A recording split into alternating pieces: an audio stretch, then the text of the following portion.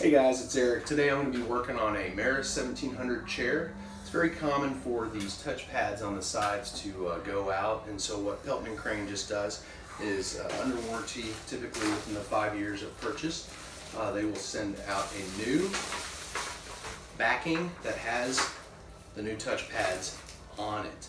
It's very easy to do. All you need is a 4mm Allen wrench, and you can access these bolts here on the unit. These are Phillips right here, and it's as simple as removing the old backing and plugging the new backing in and reattaching it to the chair.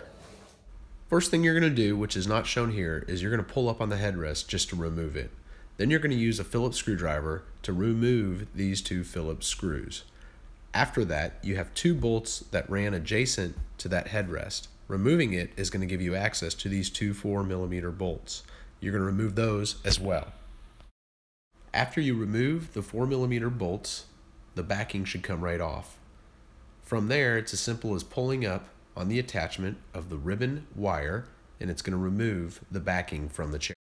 Here you're going to use the last 7 male prongs on the right side of the chip. You're going to use the female coupling and plug it in. It only goes one way, as if you do it the wrong way, the chair will instantly move.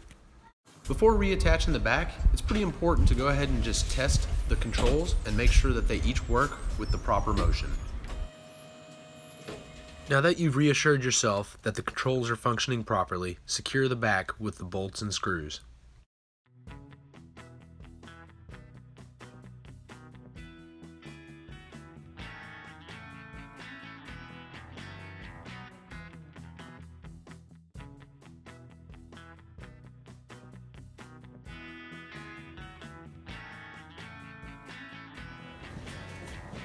So it's as simple as using a screwdriver, a 4mm Allen wrench, plugging something in, and putting the headrest back.